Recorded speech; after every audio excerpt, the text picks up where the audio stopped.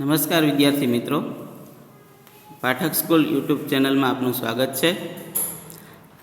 आज हम हिंदी का चौथा पाठ जो है कथनी और करनी उसको समझने जा रहे हैं। उसके पहले हम हमारे अगले वीडियो के बारे में हम देखें तो अगले वीडियो में हमने हमारा जो तीसरा पाठ है कुत्ते की वफादारी, वह पाठ हमने देखा और समझा था। उसके प्रश्न और उत्तर आपने अपनी कॉपी में लिख लिए होंगे। आज हमारा जो चौथा पाठ है कथनी और करनी। तो कथनी का अर्थ होता है कथन, कथन यानी कि बोलना, और करनी का अर्थ होता है हमारे आचरण में वो करना, उसका पालन करना हमारे जीवन में। तो कथनी और करनी, ये पाठ का अर्थ यह है कि हम जो बोलते हैं वही हमारे आचरण में होना चाहिए। तो इस कथनी और करनी इस पाठ की हम शुरुआत करते हैं। तो मानव जीवन प्रभु की अनमोल देन है। हमारा जो जीवन है वो ईश्वर की, प्रभु की अनमोल यानी कि जिसका कोई मूल्य नहीं है, ऐसा हमारा जीवन है, हमारा शरीर है। सभी प्राणियों में मनुष्य को प्रभु ने विशिष्ट शक्तियाँ प्रदान की है। इस सभी प्राणियों में मनुष्य को विशिष्ट शक्ति ईश्वर ने प्रदान की है, इसलिए वह संसार में बहुत ही अच्छे ढंग से जीवन यापन करता है। कि इसलिए मनुष्य अब अच्छे ढंग से जीवन यापन करना यानी कि सारी रीते जीवन जीवવું। तो भगवाने माणसने विशिष्ट शक्ति बुद्धि આપી છે, એટલે માણસ જે છે એ પોતે સારી રીતે સંસારની અંદર પોતાનું જીવન પસાર કરી શકે છે। मगर सभी लोग हर समय सही काम नहीं करते हैं। कई बार मनुष्य कहता कुछ है और करता कुछ है। કે કેટલીક વાર માણસ જે છે એ પોતે જે બોલે છે એ કરતો નથી, કે બોલે છે કંઈ અને કરે છે પણ કંઈક જુદું। कई मनुष्य की कथनी और करनी में अंतर देखने को मिलता है। એટલે કે કેટલાક માણસોની કથની એટલે કે બોલવું અને કરनी એટલે પોતાના જીવનની અંદર ઉતારવું, તો એની અંદર અંતર એટલે કે ભેદ જોવા મળે છે। इस बात को प्रस्तुत निबंध में उजागर किया है। એટલે કે આ પાઠની અંદર એ વાત સમજાવવામાં આવી છે કે કથની અને કરની જે માણસની, જે વ્યક્તિની અલગ અલગ હોય, કે પોતે બોલતો કંઈ હોય અને કરતો પણ કંઈ જુદું હોય, તો એવા વ્યક્તિઓ વિશે એના ઉદાહરણ અહીંયા આપણને આ પાઠની અંદર સમજાવવામાં આવ્યા છે। तो हम पाठ की शुरुआत करते हैं। ईश्वर ने मनुष्य को अन्य प्राणियों से श्रेष्ठ बनाया है। कि भगवाने मनुष्य ने बीजा प्राणियों थी श्रेष्ठ बनाव्यो छे। कई गुणों से उसे सवारा है, એટલે કે ઘણા બધા ગુણોથી એને સજાવ્યો છે। इसका उसे अभिमान भी होता है, એટલે એનું એને અભિમાન પણ હોય છે। परंतु स्वयं को गुणों की खान समझने वाला व्यक्ति कई बार ऐसे कार्य करता है जिन्हें वह गलत बताता है। कि પોતાને એ ગુણોની ખાણ સમજે છે અને ક્યારેક એ પોતે કંઈક ખોટું કામ પણ કરતો હોય છે। कथनी और करनी में अंतर के ऐसे कई उदाहरण रोज देखने में आते हैं। કે કથની અને કરણીના એવા ઘણા બધા ઉદાહરણો આપણને એ જોવા મળે છે। बस्ती के बीच सरकार ने पार्क बनाने की जगह छोड़ रखी थी। बस्ती एटले के विस्तार, सोसायटी, एरियानी अंदर सरकारे पार्क एटले के बगीचो, गार्डन बनावा माटेनी जगह छोड़ी राखी थी। बरसात के मौसम में मोहल्ले के एक सज्जन को उसमें फूलों के पौधे लगाने की सूझी। वरसादनो समय हतो, ચોમાસાનો समय हतो એટલે एक सोसायटीना एक सज्जन माणसने ए बगीचानी अंदर फूलों के पौधे एटले के फूल झाड़ उगाड़वा माटेनो विचार आव्यो। बात अच्छी थी। वे कहीं से पौधे लाए, कतार से उन्हें रोपा।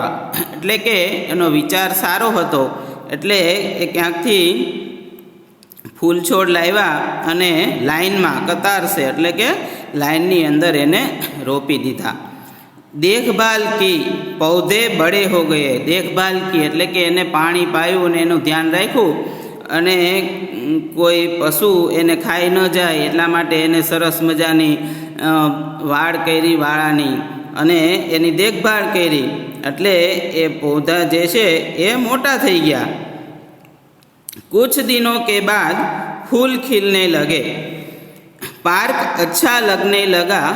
मोहल्ले के लोग सुबह शाम पार्क में टहलने लगे।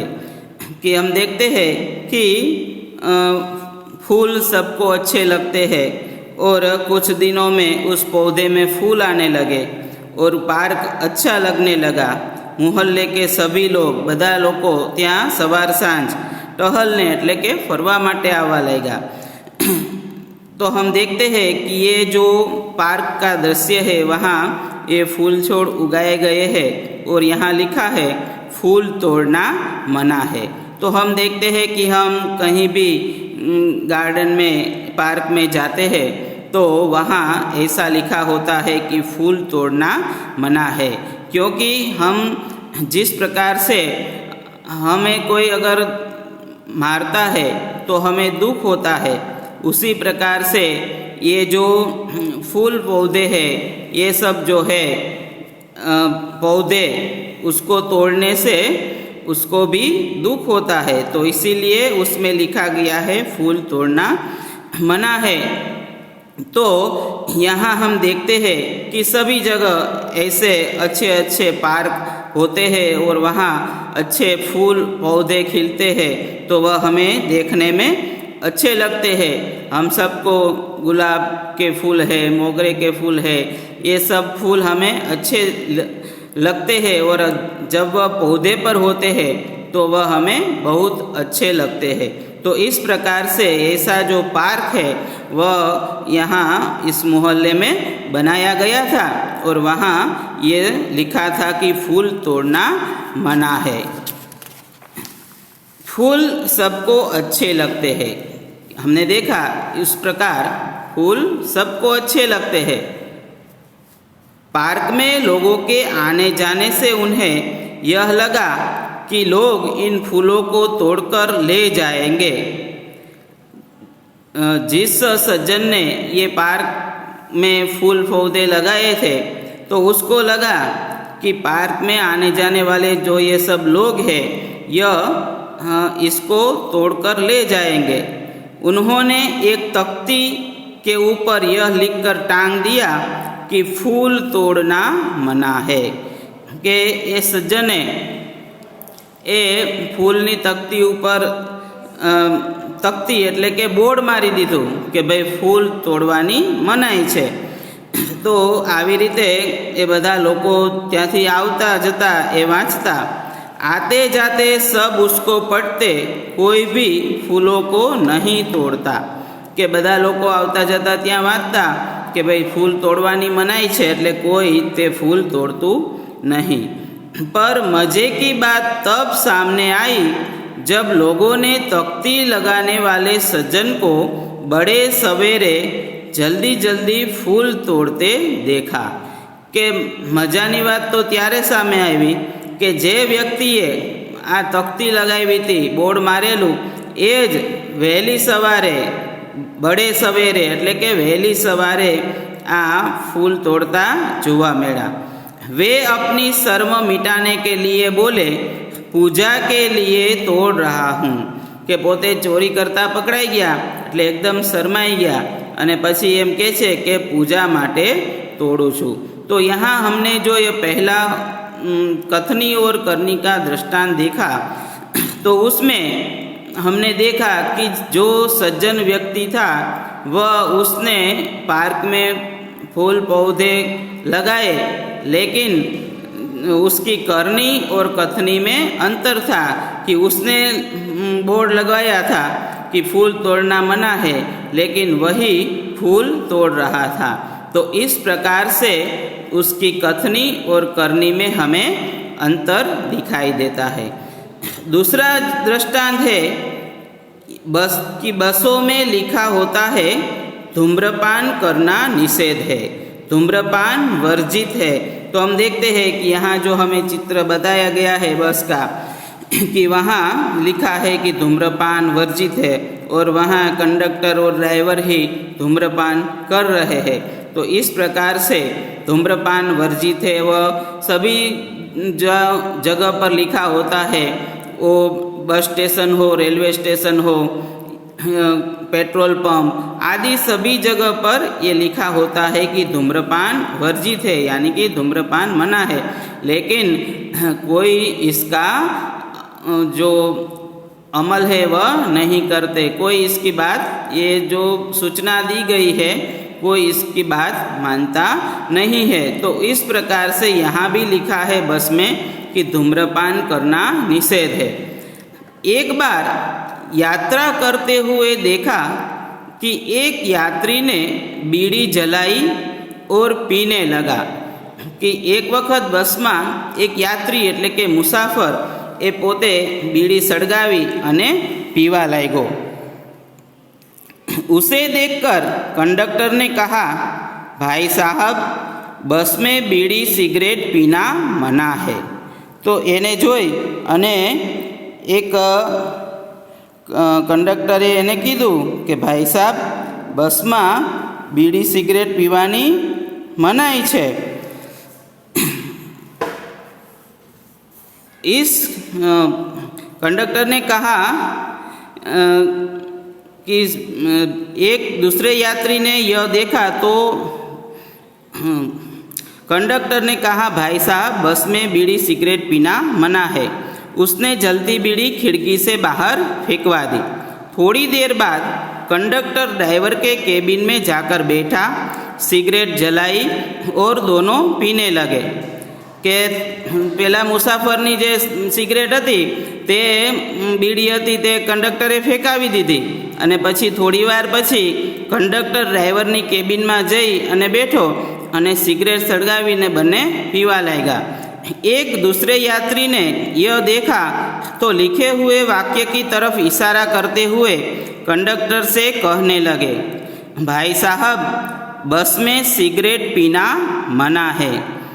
इस पर कंडक्टर शीघ्र बोल उठा, यह वाक्य आपके लिए है, न कि हमारे लिए।